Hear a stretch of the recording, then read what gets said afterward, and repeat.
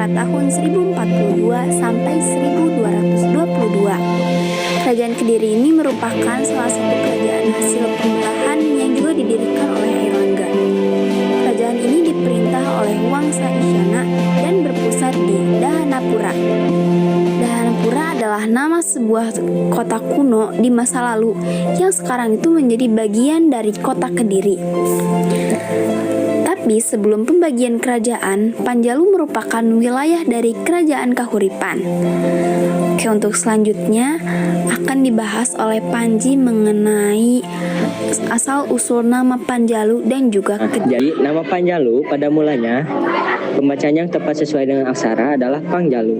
Memang lebih sering dipakai daripada nama Kediri. Hal ini dapat dijumpai dalam prasasti-prasasti yang diterbitkan oleh raja-raja Panjalu. Bahkan nama Panjalu juga dikenal sebagai Pucialung di dalam kronik Tiongkok dari dinasti Song yang berjudul Li Wai Tai Ta, Hanzi Piyin Ling Wai Daida, tahun 1178 Masehi. Sebuah kitab geografi yang ditulis pada abad ke-12 Masehi oleh Chou Chu Fei Pinyin Zhou Kufei, seorang birokrat di kota Guilin, Provinsi Guangxi. Panjalu berasal dari kata jalu yang memiliki arti jantan atau pria. Unsur dari maskulinitas selanjutnya diberi kata pang yang adalah p, merupakan tambahan sehingga menjadi kalimat pejantan. Dalam konteks kewilayahan, istilah pejantan tersebut bermakna wilayah yang subur serta berdikari atau mandiri. Istilah Kadiri merupakan sinonim atau persamaan kata dari Pangjalu yang bermakna kemandirian. Kasus tersebut mirip dengan nama Majapahit dengan Wilwa Tikta, di mana Wilwa adalah buah maja, sedangkan Tikta adalah pahit. Nah, selanjutnya ada Kadiri atau Kediri. Pembacaan yang tepat sesuai dengan aksara adalah Kadiri. Juga berasal dari bahasa Sanskerta Kadri yang berarti pace atau mengkudu atau Morinda citrifolia. Batang kulit kayu pohon ini menghasilkan zat pewarna ungu kecoklatan yang digunakan dalam pembuatan batik. Nah, sementara buahnya dipercaya memiliki khasiat pengobatan. Nama yang serupa juga dikenal dengan Kadiri, sebuah kota di Andhra Pradesh, India. Asal-usulnya, kata yang dipandang lebih tepat adalah diturunkan dan berasal dari kata Kadiri. Kadiri dalam bahasa Jawa kuno yang berarti bisa berdiri, sendiri, mandiri, berdiri tegak, berkepribadian, atau berswasembada. Wah, ternyata nama Panjalu atau Pangjalu itu nama lain dari Kerajaan Kediri di Jawa Timur Indonesia yang berarti wilayah yang subur dan berdikari. Sedangkan nama Kediri berasal dari kata khodri atau pohon mengkudu atau dari bahasa Jawa kuno yaitu Kadiri yang berarti mandiri, berdiri sendiri, atau berswasembada. Kira-kira latar belakang dari Kerajaan Kediri itu apa ya? Nah, latar belakang munculnya kerajaan Kediri atas adanya pembagian kerajaan Kahuripan oleh Raja Airlangga pada abad ke-11. Raja Airlangga adalah pendiri sekaligus raja terakhir dari kerajaan Kahuripan yang pernah berdiri di Jawa Timur pada abad ke-11. Raja Airlangga bertahta di Kahuripan, wilayah kuno yang saat ini menjadi bagian dari Kabupaten Sidoarjo, Jawa Timur. Disebutkan dalam prasasti Pamuatan bahwa menjelang akhir pemerintahannya, Raja Airlangga memindahkan ibu kota kerajaan ke Daha, Kediri.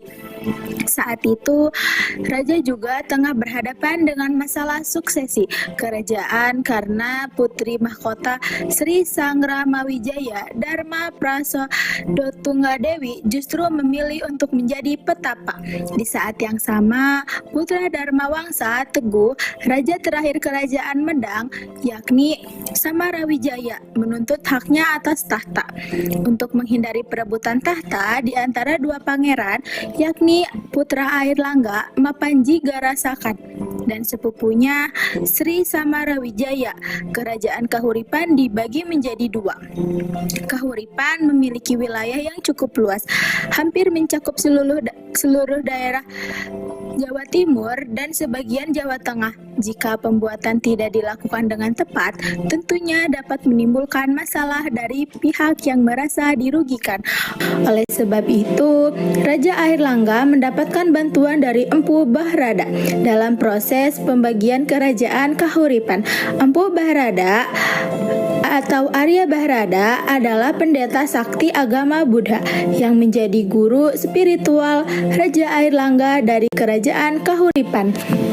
Oke, ternyata kerajaan Kediri muncul setelah Raja Airlangga membagi kerajaan Kahuripan menjadi dua bagian pada abad ke-11. Jadi yang pertama itu Janggala di bagian timur dan yang kedua itu Kadiri atau Panjalu di bagian barat. Nah, pembagian ini dilakukan untuk menghindari perebutan tahta antara putra Airlangga, Mapanji Garasakan, dan sepupunya yaitu Sri Samarawijaya, di mana Empu Bahrada membantu Raja Airlangga dalam proses pembagian kerajaan ini. Kira-kira gimana ya kelanjutan ceritanya dari cerita ini gitu? Konon, Empu Dharma membagi kerajaan Kahuripan menggunakan kesaktiannya. Hasil pembagian menyatakan bahwa kerajaan Jenggala yang ibu kotanya terletak di Kahuripan diberikan kepada Mapanji Garasakan, sementara kerajaan Panjalu atau Kediri yang berpusat di Daha diberikan kepada Sri Samarawijaya. Peristiwa pembagian kekuasaan ini terjadi pada tahun 1045, menandai akhir dari pemerintahan kerajaan Kahuripan sekaligus berdirinya kerajaan Jenggala dan kerajaan Panjalu.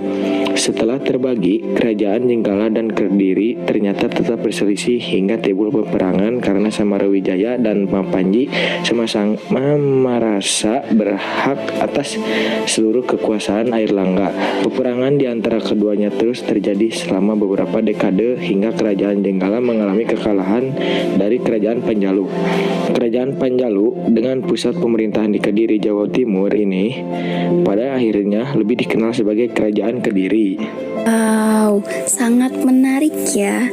Kerajaan Kahuripan itu ternyata dibagi menjadi dua oleh Empu Bahrada pada tahun 1045. Yang pertama itu kerajaan Janggala di ibu kota di Kahuripan. Yang kedua itu kerajaan Panjalu atau Kediri di ibu kota di Daha. Setelah pembagian, kedua kerajaan ini terlibat dalam peperangan selama beberapa dekade. Dan akhirnya kerajaan Panjalu atau Kediri yang dipimpin oleh Sri Samarawijaya keluar sebagai pemenang. Kerajaan Panjalu kemudian lebih dikenal sebagai Kerajaan Kediri. Lalu kira-kira bagaimana ya kehidupan ekonomi dan sosial Kerajaan Kediri selama Kerajaan Kediri ini berdiri? Kehidupan ekonomi kerajaan Kediri dapat diketahui melalui kronik Cina yang menyebutkan di antara lainnya sebagai berikut. 1. Kediri menghasilkan banyak beras. 2. Barang-barang dagangan lain yang laku di pasaran seperti emas, perak, daging, kayu cendana, pinang, dan gerabah. 3. Kediri telah menggunakan uang yang terbuat dari emas sebagai alat pembayaran atau alat tukar. 4. Posisi kerajaan Kediri sangat strategis dalam perdagangan Indonesia Timur dan Indonesia Barat dengan kota pelabuhannya. 5. Pajak rakyat berupa hasil bumi. Dan kehidupan sosial kerajaan Kediri adalah di mana masyarakat Kediri tidak menganut sistem kasta. Seperti disampaikan dalam kitab Rudaka, dalam kitab tersebut disampaikan tinggi rendahnya martabat seseorang tidak ditentukan oleh dasar keturunan dan kedudukan, tetapi berdasarkan tingkah lakunya. Oke, ternyata masa kejayaan kerajaan Kediri itu terjadi saat kepemimpinan Jayabaya. Lalu kira-kira bagaimana sih kerajaan Kediri ini bisa runtuh? Runtuhnya kerajaan Kediri terjadi pada masa kekuasaan Raja Kertajaya. Seperti disampaikan dalam kitab Praraton dan Nagara Kertagama, pada tahun 1222, Kertajaya dianggap telah melanggar agama dan memaksa Brahmana menyembahnya sebagai dewa. Kaum Brahmana lalu meminta perlindungan Ken Arok. Ken Arok yang bercita-cita memerdekakan Tumapel dengan kekuasaan Kediri mencetus perang antara kerajaan Kediri dan Tumapel di dekat desa Genter. Keberhasilan Ken Arok mengalahkan Kertajaya, menandai runtuhnya kerajaan Kediri yang kemudian menjadi kekuasaan Tumapel atau kerajaan Singasari. Wow, kalau kita sudah membahas tentang kerajaan Kediri, salah satu kerajaan besar di Jawa Timur pada abad ke-11 sampai ke-13. Dari cerita ini kita dapat melihat ya bagaimana kerajaan Kediri ini berdiri, berkembang, dan akhirnya jatuh runtuh.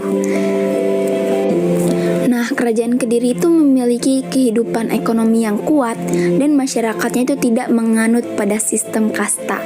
Namun, kekuasaan yang korup dan penindasan terhadap kaum Brahmana dapat menyebabkan keruntuhan kerajaan Kediri. Oke, tidak terasa ya waktu sudah berlalu dan kita telah berbincang-bincang banyak hal mengenai kerajaan Kediri. Semoga cerita ini dapat menjadi pelajaran bagi kita semua tentang pentingnya kepemimpinan yang baik dan keadilan sosial. Saya Nanda Kesha dan para tamu pamit undur diri. Bye-bye.